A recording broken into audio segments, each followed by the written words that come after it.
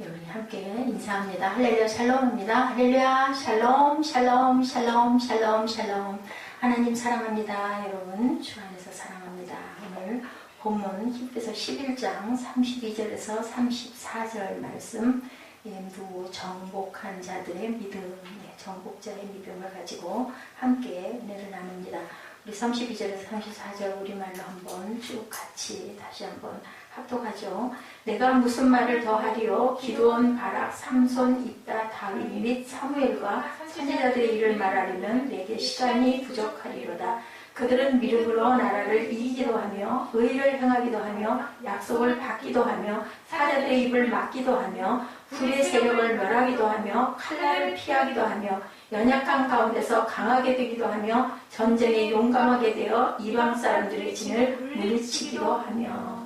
아멘. 우리 믿음의 조상들이 이렇게 정복해 나간 그러한 그 선지자들, 그리고 하나님이 귀하게 기름 부은 왕들에 대한 그러한 이름들이 쭉 열거되어 있는데, 이분들의 이야기를 우리가 일일이 다 하려면 글쎄요 1년 2년의 시간으로도 아마 부족할 거다. 뿐만 아니라 이 믿음의 사람들이 어떻게 하나님을 그들이 신뢰했고 그 신뢰하는 믿음으로 승리했는가를 보여주는데, 여기에 기드온, 바락, 삼손, 입다, 다윗 및 사무엘과 구약에 나타난 모든 선지자들의 믿음이 바로 그러한 믿음이다 라고 말을 합니다. 그러니 믿음은, 승리는 어떤 승리? 정복자로서의 승리와 또 누가 있어요? 순교한 자로서의 승리, 두 가지가 있다. 정복자로서의 승리, 순교한 자로서의 승리. 오늘은 정복자로서의 승리를 살펴보고 다음 시간에는 순교자로서의 승리를 한번 살펴봅니다. 어떻게 보면 정복한 자와 순교한 자는 반대일 것 같아요. 정복은 승리한 것 같고 순교는 그저 실패한 것 같은데 둘 다 똑같은 승리자들이다. 하나는 정복해서 기쁘게 하나님의 영광을 돌렸고, 또 한 사람은 내 목숨까지도 하나님께 드림으로 하나님께 영광을 돌렸다. 그렇게 보면 믿음이, 순교자의 믿음이 더 확실한 믿음이 아니었을까. 그것까지도 바라보고 알았기 때문에 목숨이 하나밖에 없잖아요. 아무리 겉달고 속다는 사람이라도 죽음 앞에서는 거짓말로 죽을 수는 없거든요. 그런데 목숨도 내놓을 수 있는 그런 믿음. 그래서 순교자의 믿음에도 뭐가 있었을까요? 부활의 영광을 알기 때문에 순교도 감사하게 할 수 있었다. 자, 불가능을 가능케 하고 없는 것을 있게 하고 실패를 성공으로 바꾸어주는 정복의 모든 힘은 믿음에서 나온다. 아멘. 물리적인 힘, 물리적 정복이 아닌 영적인 승리가 어디서부터? 믿음에서부터 나온다라고 증거합니다. 모든 삶의 영광과 승리를 정복하기까지 포기하면서도 순교까지 할 수 있었던 그러한 믿음이 바로, 이것은 어떤 것도 아닌 믿음으로 말미암이다. 히브리서 11장 1절이죠. 우리들이 아무리 많이 읽고 아무리 많이 외워도 정말 깊은 의미를 갖고 있는 믿음은 바라는 것들의 실상이다. 그죠? 바라는 것들의 실상이 믿음입니다. 또한 보이지 않는 것들의 증거가 말씀이다. 근데 보이지 않는 증거를 바라봤던 사람들이 바로 순교자들의 믿음이다 라고 이렇게 생각합니다. 먼저 정복자로서의 믿음을 한번 살펴봅니다. 33절 우리 함께 합독합니다.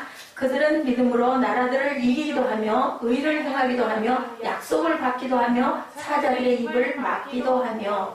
정복자로서의 믿음은, 그들은 믿음으로 나라를 이겼다. 그렇죠. 전쟁에서 승리하는 믿음. 첫 번째가 전 애국의 세력과 바로왕의 엄청난 정치 권력, 하나님의 명령을 들은 모세 한 사람이 대결을 통해서 누가 이겨요? 모세가 이기죠. 보면 어디에요? 가나안 땅에 들어갈 때 가나안 성도, 그것도 여리고 성도 무엇으로? 믿음으로 승리합니다. 절대로 승리할 것 같지 않은데 그 장대한 그러한 아낙 자손들도 이기고 나아가는 그러한 확실한 믿음, 전쟁에서 이렇게 승리한다라는 겁니다.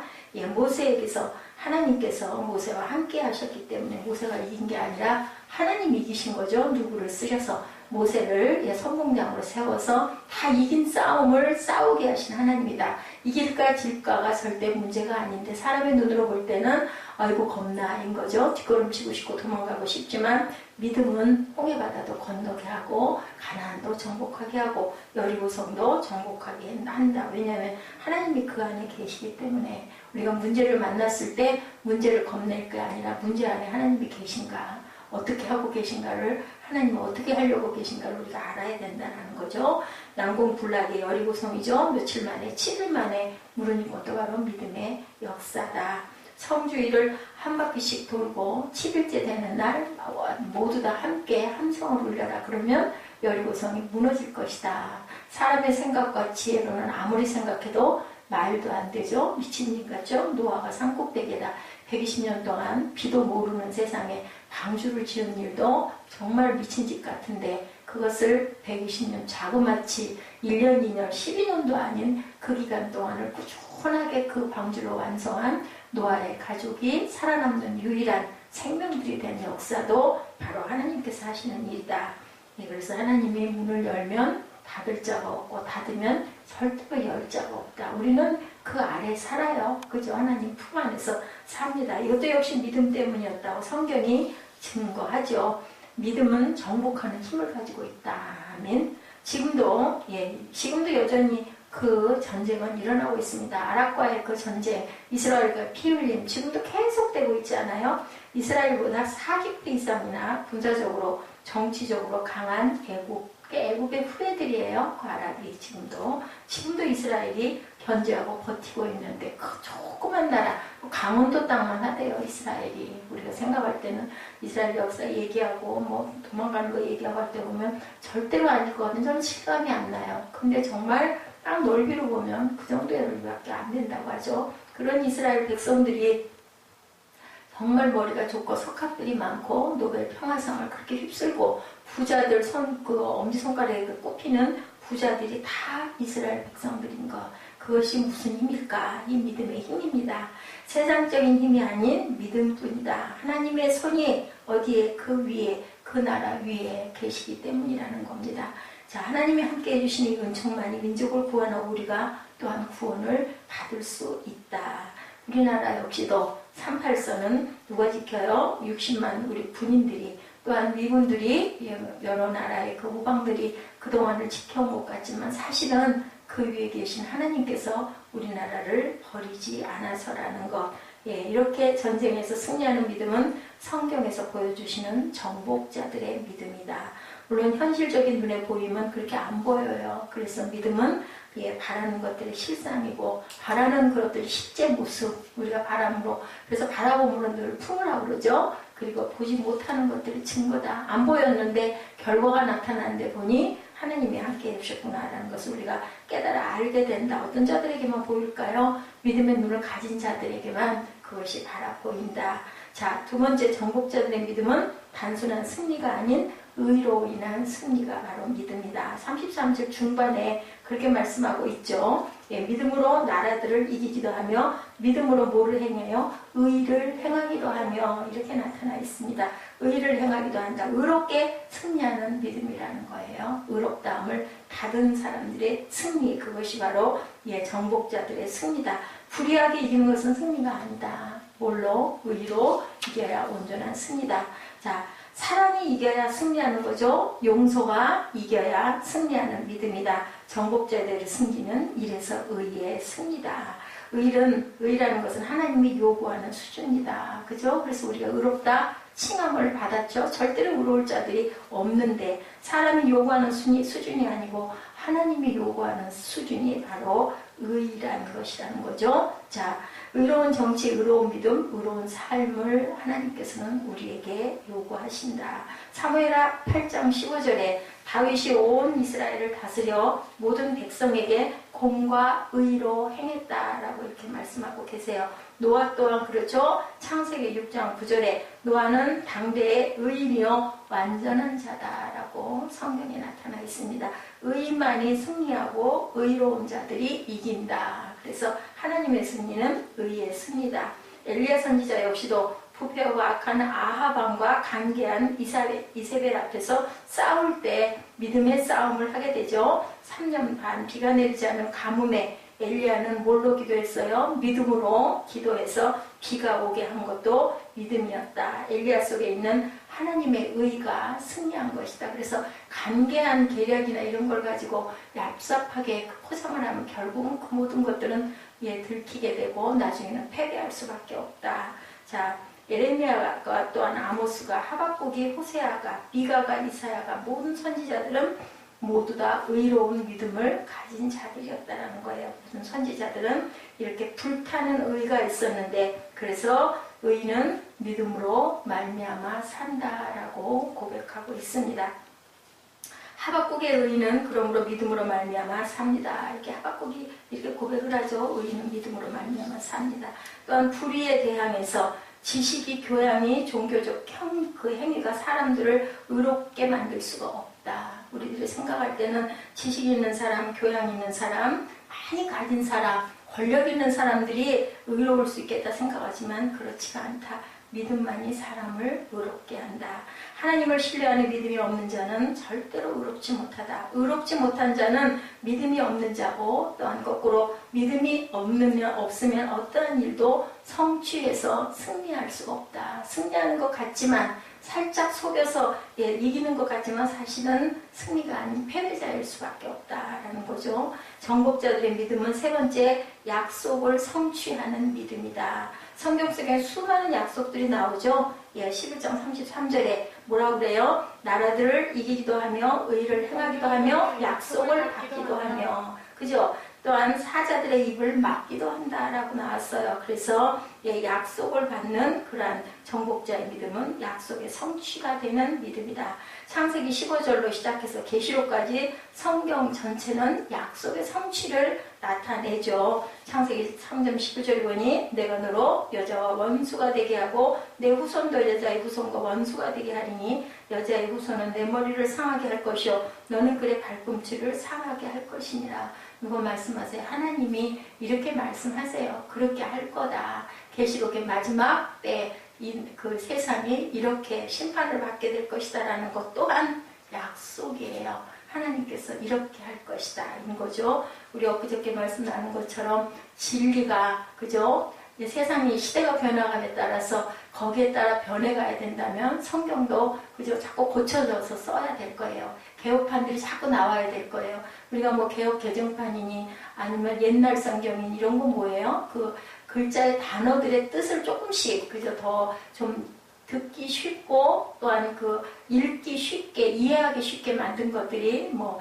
개정판이다 뭐 이런 그 성경들의 종류들이 여러 가지가 나오지만 깊은 원뜻은 똑같은 뜻을 갖고 있어요. 이런 것처럼 약속을 믿는 사람들은 하나님의 사람들이고 하나님의 사람들은 결국은 하나님의 약속 속에서 모든 것을 이루어 간다라는 것. 하나님의 말씀은 그래서 1.1획도 변함이 없다라고 말씀하시죠. 하나님은 아브라함에게 뭐라고 말씀하셔서 약속하셨죠? 너로 하여금 복의 근원이 되게 할 것이다. 그리고 창대한 믿음을 만들어 가겠다고 약속하셔서 그렇게 만드셨어요. 모세에게 여호수아에게도 똑같이 약속합니다. 여호수아에게 너와 함께 하시겠다고 내가 밟는 모든 땅을 내가 너에게 줄게. 그러니까 너 겁내지 말고 두려워하지 말라고 내가 너와 함께 할 거다라고 약속을 하시죠. 사사들에게 어려운 상황 속에서도 전쟁에서 승리할 것을 늘 약속해 주셨고 사사들이 일어날 때마다 승리하게 해주겠다 했던 것은 그 사사들은 뭐만 하면 순종해서 일어나서 가기만 하면 승리하게 만들어주신 하나님이시다. 다윗 왕을 통해서 메시아를 또한 약속해 주셨죠. 지금도 하나님은 예수 그리스도를 통해서 풍성한 삶을 우리에게 약속해 주십니다. 어디에서? 성경 말씀 안에서 우리가 그 말씀을 받을 때 그 말씀이 우리 안에 거할 때 약속을 성취해 주시는 하나님이다. 보지 못하는 증거들을 계속 보여주고 계세요. 그러죠? 하나님은 우리를 사랑하실 뿐만 아니라 우리에게 이렇게 놀라운 계획을 가지고 계시고 항상 축복하기를 원하시고 성취하시기를 원하는데 온전하게 제대로 성취하지 못하고 축복을 받지 못하는 것은 우리들의 그릇에 문제가 있다. 깨달음이 없기 때문에 그리고 우리가 확실한 그런 믿음을 갖고 있지 않기 때문에 정복자들의 믿음이 되어야 되겠다. 뭐를 정복해야 될까요? 악의 세상에서 사탄을 물리칠 수 있는 그러한 믿음의 그 힘이 있어야 되겠죠. 우리에게 또한 용서를 약속해 주셨습니다. 내 죄가 주홍같이 붉을지라도 내가 양털같이 깨끗하게 해주겠다고. 우리가 우리의 죄를 자백하면 주님은 의로우시고 미쁘사 우리의 모든 죄를 용서해 주시겠다라고 약속하셨습니다. 주님은 우리에게 또한 평안을 약속해 주셨죠. 평안을 너에게 주노라. 세상이 줄 수 없는 그 평안을 내가 너에게 줄게. 성경에 이루 말할 수 없는 기가 막힌 약속들이 많습니다. 누구든지 수고하고 무거운 짐졌니 내게로 오라. 내가 너를 쉬게 해주겠다라고 말씀합니다. 이렇게 믿음이라는 것은 약속을 받는 것을 너희들 약속 받아서 약속을 네 걸로 가져. 내가 너에게 뭐 해주겠다고 축복해주겠다고 뭐만 하는데요. 손 내밀어서 주님의 손을 붙잡기만 하면 약속의 성취가 일어난다는 거죠. 자, 내가 구하면 주시겠다고 또한 약속하셨어요. 우리에게 삶의 목적을 약속하셨습니다. 두들기면 내가 열어서 너에게 내가 들어가 너와 함께 먹고 마실게 라고 말씀을 하셨다. 반드시 또한 곧 오실 것도 약속해 주셨죠. 마지막 때 내가 분명히 의의 심판장으로 겉모습 그대로 내가 올 것이다. 그런데 그 시와 때는 알 수 없다. 도적같이 오겠다고 그랬어요. 어느 때인지 우리는 알 수 없기 때문에 항상 어떻게 하고 늘 준비하고 기다릴 줄 알아야 된다. 그릇은 어떤 그릇 깨끗하게 닦여서 쓰이게 딱 그죠? 우리 찬장에 엎어놔야 필요할 때 음식 만들어서 딱 담아서 쓰잖아요. 그래서 준비된 그릇을 하나님께서는 찾으신다. 고통은 죄악은 영원하지 않고 또한 불의도 마귀도 절대로 영원하지 않고 고통도 절대로 영원하지가 않다. 왜냐하면 주님은 오신다고 약속하셨기 때문에 어느 때가 분명히 있지 그 아픔과 고통과 죄악들이 영원히 갈 수는 없다. 정확한 거 한 가지는 그 때가 되면 분명히 모든 끝은 있다라는 거죠. 마지막 날 내가 반드시 오겠다라고 약속하셨어요. 믿음이란 약속을 믿는 것이고 약속의 성취는 분명히 이루어질 것이다. 왜냐하면 하나님이 그렇게 약속하셨기 때문에. 그래서 오늘은 또 우리는 항상 기도하고 갑니다. 하늘과 땅의 모든 권력을 가지신 그분이 우리에게 이렇게 기가 막힌 약속을 해주셨어요. 보물 창고를 딱 열어서 내가 너희들에게 다 쏟아 부어 줄게. 두들겨서 열기만 해라. 무엇으로? 믿음으로, 네 마음으로, 네 지혜로 열지 말고 말씀 속에서 믿음으로 열고 믿으면 보이지 못하는 모든 것들이 성취가 될 것이다 라고 말씀합니다. 하늘과 땅의 모든 권력을 가지신 그분이 우리에게 고통도 불의도 절대로 영원하지가 않아. 마지막은 분명히 있을 것이야. 도적같이 나는 너희에게 갈 것이다. 그때까지 너희들 기다려라. 뭐라 그러세요? 예루살렘 떨어지 말고 기도에 힘써라. 그럼 내가 너희에게 약속한 것을 주겠다라고 하시고 누가 오셨어요? 성령께서 오시죠. 열흘 후에 승천하시고 나서. 자, 약속의 성취를 체험하는 것, 믿음을 바로 이룬 것, 정복자들의 믿음이다. 그래서 예수께서 가시면서 너희들 그 자리를 절대 떠나지 말고 있어라라는 그 약속이 바로 우리 마지막 때도 너희들 그 믿음 그대로 그 자리에서 열심히 내가 너희에게 증거한 모든 것을 믿고 구하고 살라고 각자의 자리를 주신 것입니다. 33절 말미에 믿음으로 사자들의 입을 막기도 했다라고 나와 있죠. 다니엘 6장 22절에 나의 하나님이 이미 그의 천사를 보내어 사자들의 입을 봉하셨으므로 사자들이 나를 상해하지 못하게 하였사오니 이는 나의 무죄함이 그 앞에 명백함이 오며 왕이여 나는 왕에게도 해를 끼치지 아니하였나이다. 다니엘이 이렇게 고백을 합니다.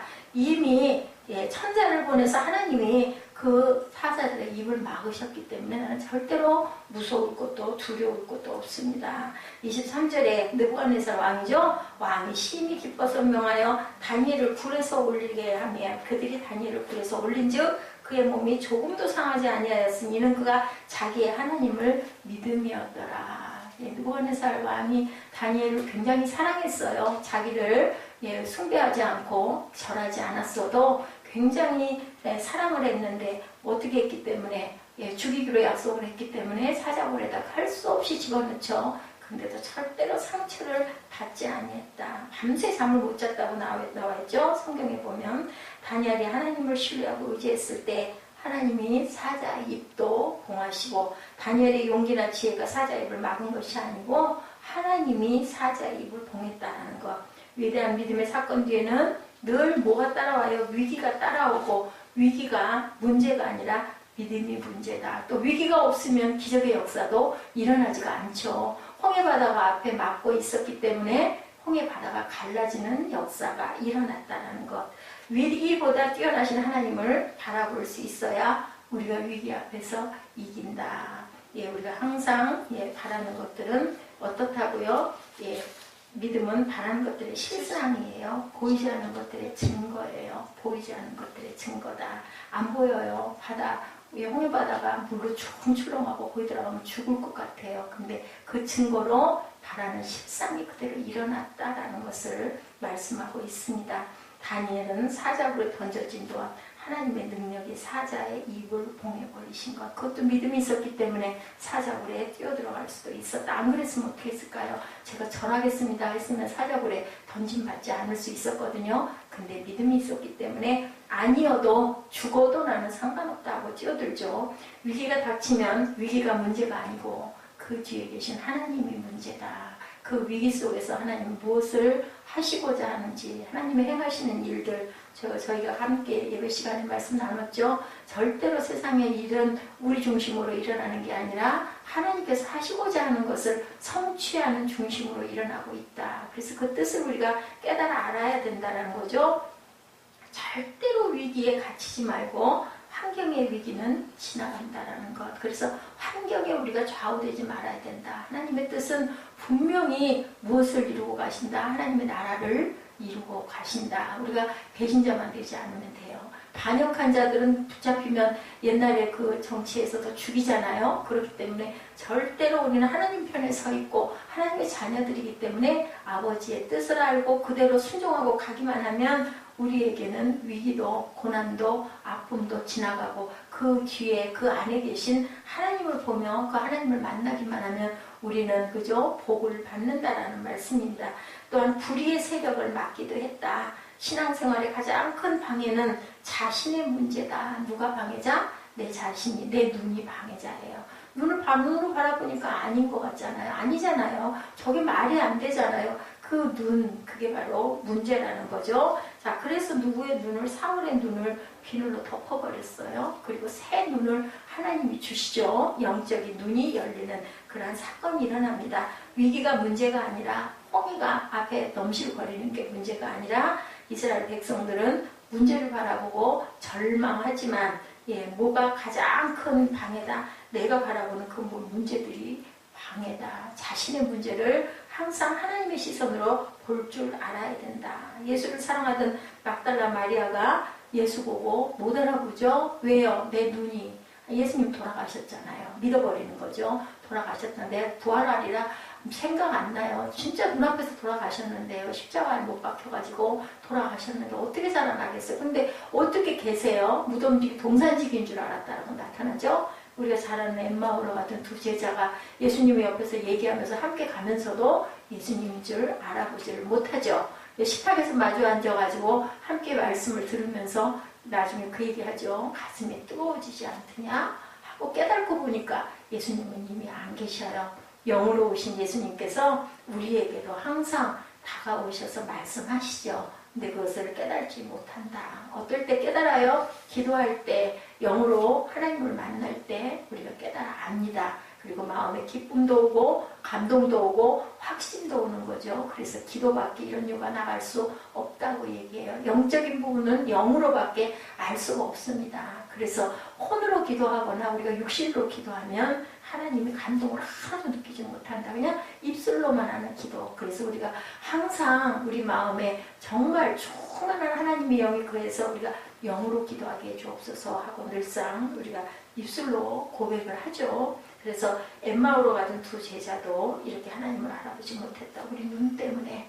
눈은 분명히 예수가 돌아가셨기 때문에 우리 지식으로는, 우리 머리로는 그것이 이해가 안 돼요. 근데 영은 영으로 알 수가 있다.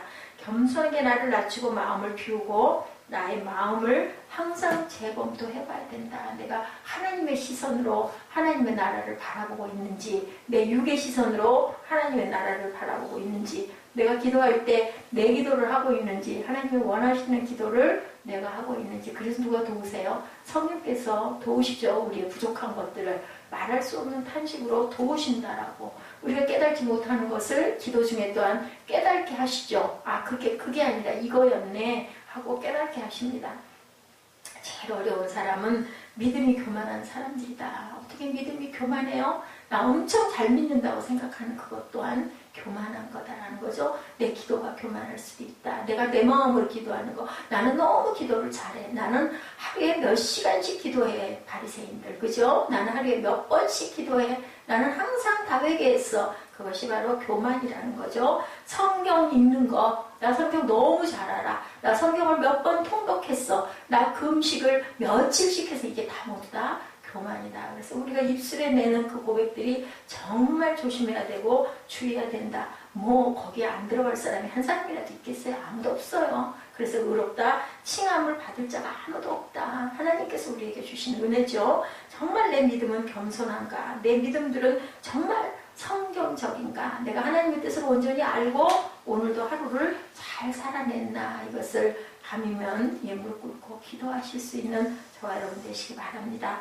불의 세력을 막았던 것은 위기를 이긴 두 번째 예인데, 다니엘의 세 친구의 고백이죠. 우상 숭배를 하지 않아서 풀무불에 들어가게 되어 절하지 않아서. 그 세 친구가 풀무불에 들어갔을 때 천사가 풀무불을 막죠. 그 안에 누가 있었다 그랬는데 이 사람이 있었다.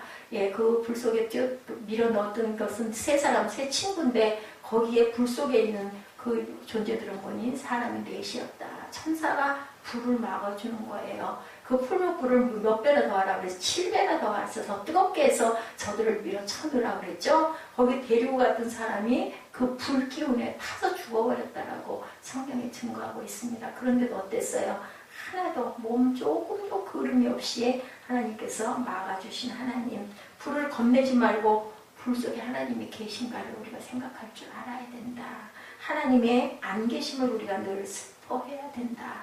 고난도 절대로 두려워할 필요가 없죠. 고난 속에 하나님이 계신가 안 계신가를 볼 줄 알아야 되고, 왜 하나님이 이 고난을 주셨나를 우리가 생각할 줄 알아야 된다. 제가 아까 우리 마지막 그 찬양, 그죠? 오늘 하루도 그 속에서 제가 은혜를 받은 게 정말 고난과 어려움과 위기가 있어야 정말 귀한 것을 깨달을 수 있겠다. 그렇기 때문에 나를 아프게 한 그 자들을 위해서, 그죠? 축복해주고, 그 자들을 위해서 기도해주고, 그 자들을 위해서 우리가 용서해 줄 아는 그 마음. 왜냐하면 귀한 걸 받았잖아요. 깨달았기 때문에. 그게 아니고 내가 정말 승승장구하고 있는 게 더 많아져가지고 살았더라면 아무것도 그런 걸 깨달지 못할 텐데, 고난이 있고 위기가 있기 때문에 우리가 귀한 것을 깨달아 알게 해주셨으니 그것도 또한 감사하죠. 그리 아니하실지라도 나는 우상을 절대 숭배하지 않겠습니다. 이렇게 고백합니다. 다니엘의 세 친구를 불에 집어넣기도 전에 끌고 온 사람이 불에 대어 죽을 만큼 뜨거운 불이었다라고 성경에 증거가 되게 있죠. 이렇게 불의 세력도 하나님이 막아주시고, 고난 속에 불의 새벽을 막기도 하고 칼날을 막기도 하고, 그와 같은 세상 속에서도 하나님께서는 그 자리에서 항상 막아주시는 하나님이다. 다섯 번째 위기를 극복한 세 번째 예는 칼날을 피하게 하기도 하며, 우리 본문에 나와 있죠. 34절에 불의 세력을 이렇게 멸하셨어요. 그죠? 다니엘의 세 친구들 보면 칼날을 피하게 했다. 누구 생각나세요? 다윗 생각나죠? 사울이 죽이려고, 그죠? 하프 탈 때도 창을 던지는데도 바로 앞에서 던졌을 거 아니에요? 근데 그 창날이 피해가요, 다니엘을. 그리고 항상 칼날을 피하게 하시는 하나님. 칼을 피하도록 위기를 극복하게 해주신 하나님. 예수 믿게 하기 위하여 칼날을 피하게 하시고 사탄의 입을 봉하기도 하신다. 예수를 믿어서 저 녀석은 살려놔서 예수를 잘 믿어야 할 거야 하는 경우에는 그 칼날도 하나님께서 피해가게 해주신다. 믿는 자들에게는 죽음과 칼날을 피하게 하시는 하나님은 우리를 구원하기 위해서 나를 살려놓으셨다는 것을 우리가 깨달아 알아야 된다. 왜 구원해 놓으셨다고요? 증인된 삶을 살아라. 때를 얻든지 못 얻든지 나를 전파해. 그게 우리에게 주신, 누구에게나 주신, 믿음의 사람들에게 주신 하나님의 사명이다. 하나님은 믿음으로 나가는 자에게 이렇게 칼날도 위기도 피하게 해주신다.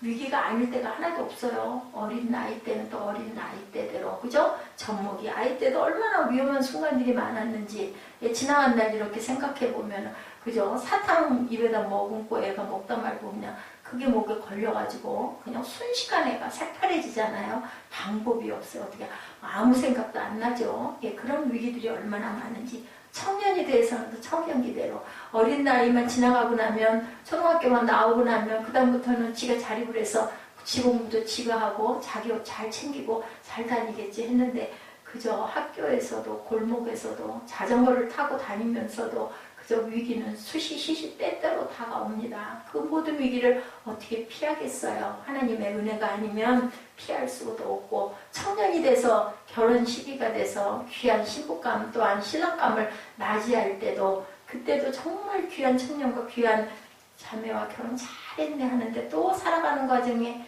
그죠? 이혼의 위기도 또 있습니다. 어느 곳에 어느 때 세상에 사람이 살아있는 순간순간에는 모든 위기가 마지막으로는 죽음의 위기까지도 우리는 극복을 하고 가게 하시는 하나님, 누가 하늘에 계신 하나님이 우리의 갈 곳도 예비하고 계시는 하나님, 위기를 극복하게 하는 것은 바로 하나님을 믿는 믿음이고 하나님을 신뢰하는 그 믿음밖에 없다. 우리가 마지막 갈 곳이 한 곳밖에 없잖아요. 어떤 사람이나 성공한 사람이나 실패한 사람이나 부한 사람이나 그저 가난한 사람이나 유명한 사람이나 무명한 사람이나 마지막은 한 곳입니다. 그래서 한때 그 위기라는 그 말을 들어가지고 연극도 굉장히 흥행을 했었어요. 위기의 여자 제가 기억이 나더라고요.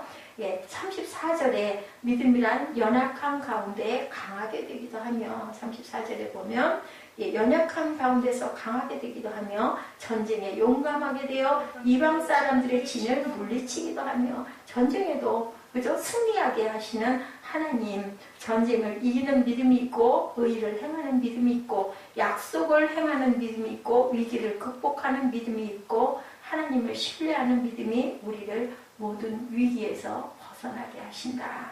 자, 약한 자가 강해졌다는 것이 아니게 약한 가운데서 강해진 믿음이다 라는 거예요. 약한 자가 강해졌다는 게 아니라 약한 가운데서 강해진 믿음 약함이 믿음 강함으로 변한다라는 것. 자, 아브라함과 다윗, 이삭과 야곱, 모세를 생각해 보면 모두 다 연약한 사람들, 그죠? 다윗 지난번에 우리 영상 잠깐 봤잖아요. 제일 못생기고 제일 조그맣고 그죠? 근데도 누가 하나님이 아시고 기름 부어 쓰라고 그래서 사무엘이 그 많은 그 8 형제들을 다 둘러봐도 하나님이 기름 부을 자가 아니다. 막내 데려오라 그러죠. 그 녀석은 말도 안 돼. 아버지가 데려오지도 않았어요. 일부러 불러서 드리잖아요. 탁 하라고 합니다. 하나님이 기름 부으라 한 자가 바로 쟤구나. 우리가 볼 때 눈 시선은 전혀 아닌 거죠. 여호수아처럼 겁 많은 사람이 없었다는 거예요. 왜 그렇게 여호수아에게 모세에게 말하죠? 여호수아에게 기름 부으라고. 그래서 이제 임명을 하고 모세가 돌아가고 나니까 정말 상상을 해보세요. 얼마나 여호수아가 벌벌 떨었겠어요. 나는 아무 힘도 없고 아무 능력도 없는데 벼랑간에 모세는 돌아가고 나보고 이제는 이 민족을 이끌고 가래. 오줌이나 겁이 많았으면 계속해서 하나님 말씀하시죠. 너는 놀라지 말라. 너는 두려워하지 말라. 내가 너와 함께 할게. 겁낼 거 없어. 두려워할 거 없어. 계속 얘기하십니다. 얼마나 두려움이 많았으면 성경에 계속 반복을 해서 이런 말씀을 했을까. 걱정이었던 거예요. 자, 모두 위험한 사람들, 부족한 사람들 투성이었다. 너와 전혀 다를 게 없다는 거예요. 저나 여러분이나 구약에 나온 많은 믿음의 선조들도 똑같았다. 연약한 사람들이었다. 애국의 세력을 이기고 홍해를 가르고 가나안을 정복하는 믿음들의 그 사람들, 이런 사람들이 기적을 만들어내고 위대한 사람으로 탈바꿈하는 것, 그것도 모든 기반은 믿음이었다. 믿음이 없이는 아무것도 이룰 수가 없다. 하나님을 신뢰하지 않는 것이 우리는 비극임을 알아야 된다. 뭐 생활하고 하나님하고 뭐 그렇게 큰 문제가 있겠어? 그저 예배나 일주일에 한 번 가서 잠깐 드리면 되지. 근데 아니죠. 너는 세상에 우리가 할 수 있는 것, 할 수 없는 것 생각해보면 할 수 있는 것은 정말 그저 극소수에 불과합니다. 하나님은 우리를 연단시키기 위해서 사랑도 주시지만 고난과 고통도 주신다. 그런 게 없으면 우리가 하나님을 못 느껴요. 좋은 것들, 그저 부한 것들만 많으면 하나님 안 찾게 되고 기도 한번 절실하게 못하게 되죠. 그러면 하나님의 뜻도 하나님의 호흡도 우리가 절대로 느낄 수가 없습니다. 시련이라는 강을 건너게 하시고 시험이라는 산을 넘게 하셔서 강하고 담대하게 만들어 주신다. 독수리같이 얘기하죠. 독수리가 하늘을 나는, 하늘에 아주 그 새 중에서 그 왕자라고 하죠. 근데 그 독수리가 새끼를 낳으면 어떻게 한다고요? 나무떨어지로 계속 떨어뜨린대요. 근데 새끼들이 겁이 나가지고 둥지에서 안 나가려고, 예미가 데리고 나가려면 처음엔 못 모르고 따라 나갔다가 너무 혼이 나서 혼비백산을 해가지고 이제 안 나가려고 하면요, 엄마 독수리가 어떻게 하냐면 새 집을 완전히 망쳐버린대요. 근데 독수리의 그 새 집은 특별한 가시나무 그 줄기를 갖다가 집을 짓는다네요. 그래서 거기에 쌓아놓은, 그 안에 쌓아놓은 깃털 같은 거 다 날려버리고 나면 그 다음에는 그 안에 있을 수 없대요. 가시나무기 때문에 찔러대가지고. 그러니까 새끼들이 할 수 없이 엄마 따라가면서 속으로 우리 엄마는 왜 나를 죽이려고 할까 원망을 한다지요. 신명기 32장 말씀이 지금 독수리 얘기가 많이 나오다 보니까 새벽 예배 준비한 게 생각이 나서 말씀 너무 재밌더라고요. 내용을 보니까 엄마가 나를 죽이려고 그래. 새끼리 같이 얘기들 하는 거예요. 왜 우리를 죽이려고 할까? 꼭대기에서 떨어뜨리잖아요. 날지도 못하는 거를. 그래서 우리는 죽었구나. 딱 감고 나 죽었네 하는데 어떻게 해요? 엄마 독수리가 밑에 와서 휙 받아채가지고 공중으로 들고 올라가는 거예요. 죽을 줄 알았는데 살았어. 뭐가? 엄마의 사랑이 살리는 거죠. 근데 그래서 후유 한숨 쉬었더니 또다시 꼭대기 해가지고 또 집어 던져버리잖아요. 그러고 나 죽었네 하고 기절했을 것 같아. 그랬더니 또 밑에서 아빠가 받아서 잡아 올리는, 그렇게 그 계속 반복을 통해서 독수리들은 다른 새들과 다르게, 그죠?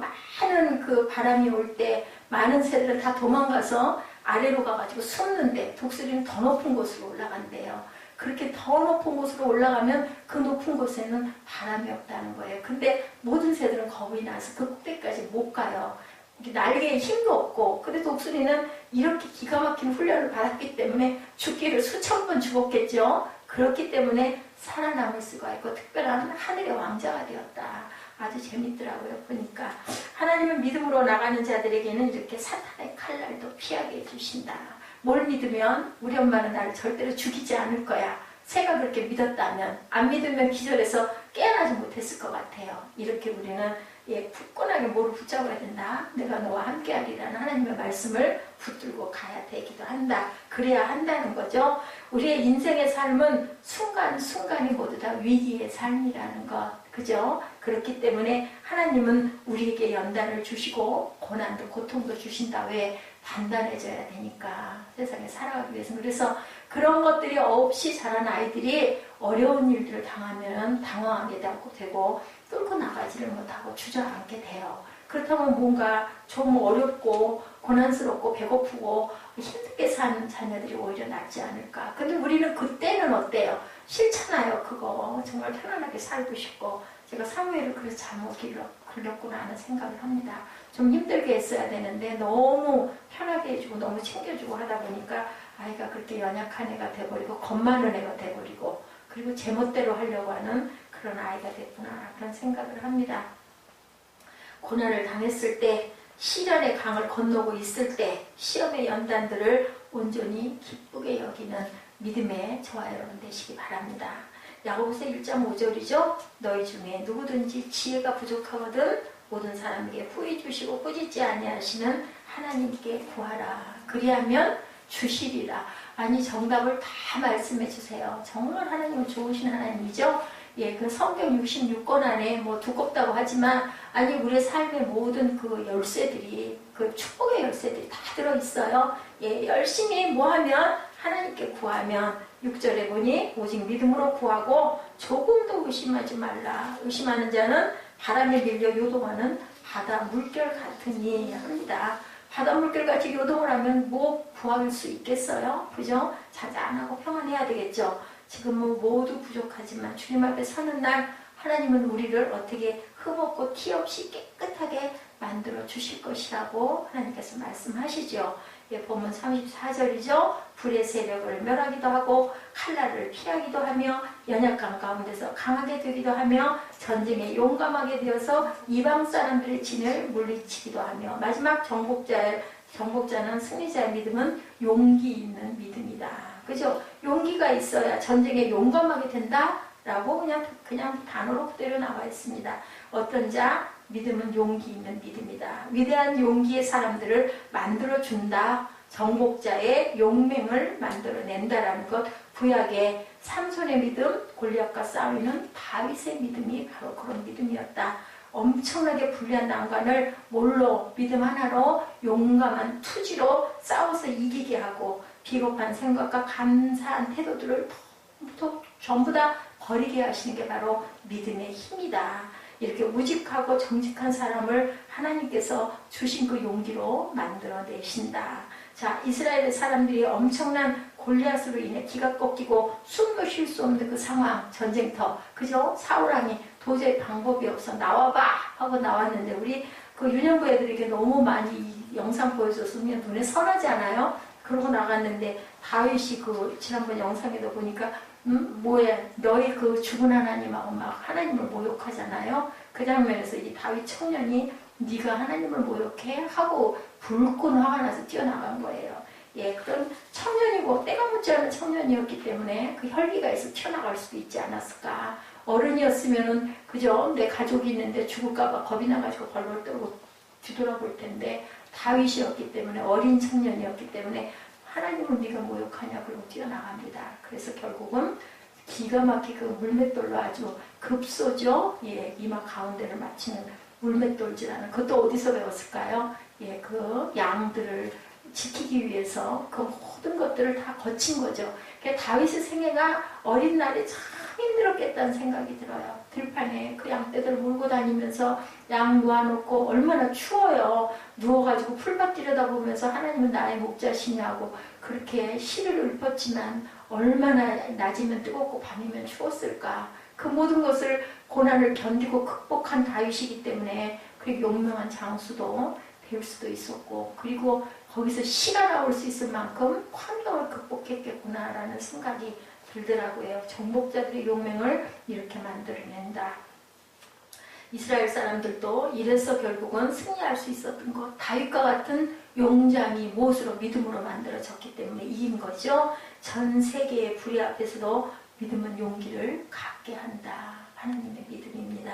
여리고성 앞에서도 용기를, 엄청난 원자탄 앞에서도 용기를. 왜? 뭐 죽어도 하나님의 나라가 있으니까 하나님이 지키시고 보호하셔서 아직 내가 있어야 될 때면 분명히 하나님께서는 우리를 이기게 할 것이고 아니면은 죽으면 하나님의 나라로 갈 것이니까 믿음은 이렇게 용기를 갖게 합니다. 마귀가 절대로 문제가 되지 않죠. 질병 앞에서도 용기를 갖게 됩니다. 질병과 끝까지 싸우고 안 되면 하나님이 내게 영원한 안식을 주시겠지 하는 마음, 절대로 죽음을 두려워하지 않기 때문에 뒤로 물러갈 일이 없고 비겁해질 일이 하나도 없다. 전쟁에 용감하게 되어서 이방 사람들 진을 물리치기도 하며 라고 나와 있습니다. 아말렉을 물리치고 가나안을 물리치고 블레셋을 물리치는 그러한 용기, 그것이 바로 믿음이다. 모세가 한 게 아니라 모세와 함께 하시는 하나님께서 한 거죠. 팔을 들면 이기고 팔을 내리면 진 모든 게 뭐 그게 무슨 미신처럼 팔 든다고 이기고 그게 아니라 하나님께서 그 믿음을 보시고 이미 그 전쟁은 미리 아시지 않았겠어요? 아말렉 물리치는 것, 물리쳤다라는 것을 알고 계시는 거죠. 우리가 재방송 보면 편안하게 보죠. 생방 볼 때 막 가슴이 조마조마했는데 이긴 거 알고 나면 얼마나 편해요.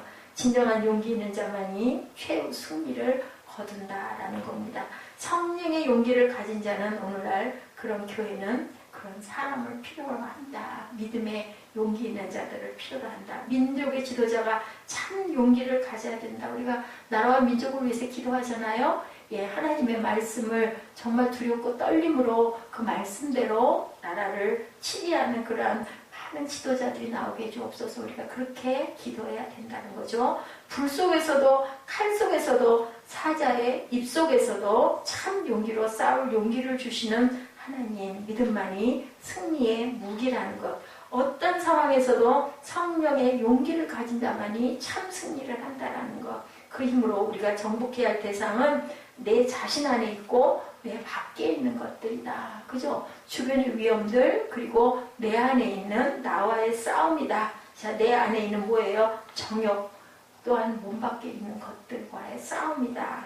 나와 싸워서 이겨야 되죠. 제일 중요한 게 자신의 마음을 다스리는 것. 내 마음을 나도 몰라입니다. 그래서 다른 사람과의 싸움이 아닌 나와의 싸움에서 내가 나를 쳐서 복종하게 할 줄 알아야 된다. 바울이 고린도전서 9장 27절에 내가 내 몸을 쳐서 복종하게 함으로 하나님께 버림받지 않게 하겠다고 바울은 말합니다. 자기의 그 더러운 정욕들, 이것을 쳐서 복종시켜서 나는 하나님과 함께 가겠다라는 거죠. 나도 모르게 내 안에 나라는 우상이 만들어져요. 그래서 요즘은 그죠? 자기를 사랑해야 된다고 얘기하는데 그것이 아니라 그것이 우상이 되면 안 된다. 하나님보다 내가 더 커서는 절대로 안 된다. 그것도 우상이라는 겁니다. 육신에 속한 생각, 육신에 속한 성품, 육신에 속한 행동들은 말씀과 성령으로 믿음으로 정복되지 않으면 내가 싸워서 이길 수가 없다. 로마서 8장 13절입니다. 너희가 육신대로 살면 반드시 죽을 것이로되 영으로 몸의 행실을 죽이면 살리니 하고 나와 있죠. 로마서 8장 13절 말씀. 또한 몸 밖에 있는 것들, 그것은 이 세상적인 것들이다. 요한일서 2장 15절입니다. 세상이나 세상에 있는 것들을 사랑하지 말라. 누구든지 세상을 사랑하면 아버지의 사랑이 그 안에 없다라고 말씀하고 있어요.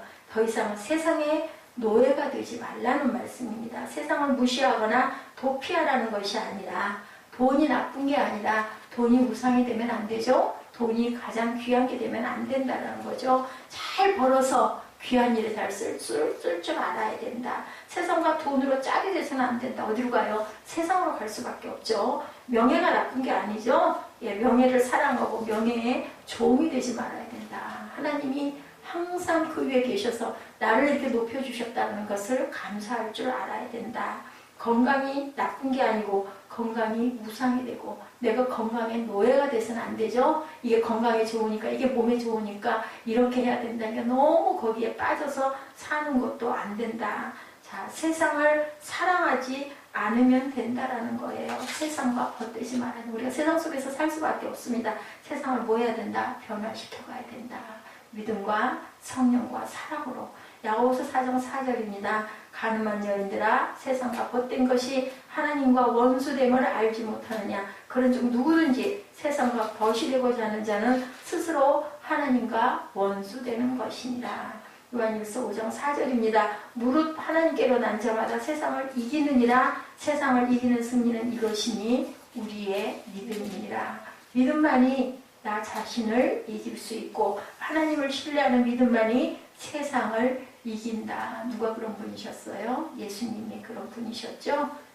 그는 아버지여 내 뜻대로 마옵시고 아버지의 뜻대로 하옵소서. 자신을 이겼어요. 그죠? 정말 이거 무섭고 두렵고 싫은데, 받고 싶지 않은데 했지만 하나님의 뜻대로 하시라고. 이 세상에서 세상 사람들을 사랑했지만 결코 세상에 노예가 절대 되지 않으셨어요. 하나님께서, 예수께서 오셔가지고 정말 세상 사람들, 연약한 사람들 품고 사랑하시고 고쳐주셨죠. 그렇지만 절대로 그 권력이나 이런 것들을 사랑하지 않고 항상 피하셨죠. 고쳐주시고 나서 조용히 하라고, 떠들지 말라고 그러고는 어디로 가셨어요? 기도하러 산으로 올라가셨어요. 이런 마음으로 세상을 품을 줄 알아야 된다. 히브리서 12장 2절이죠. 믿음의 주여 온전케 하시는 이인 예수를 바라보자. 그는 그 앞에 있는 기쁨을 위하여 뭐를 참으셨다고요? 십자가를 참으사 부끄러움을 개의치 아니하셨더니 하나님 보좌 우편에 앉으셨느니라. 이렇게 고백합니다.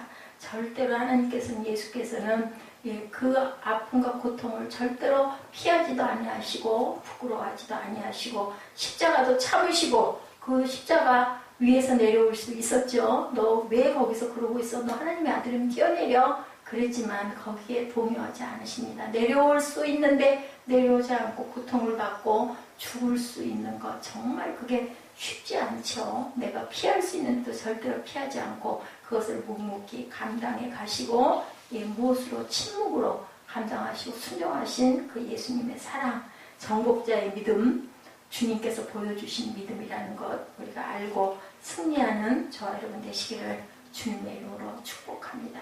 기도하겠습니다.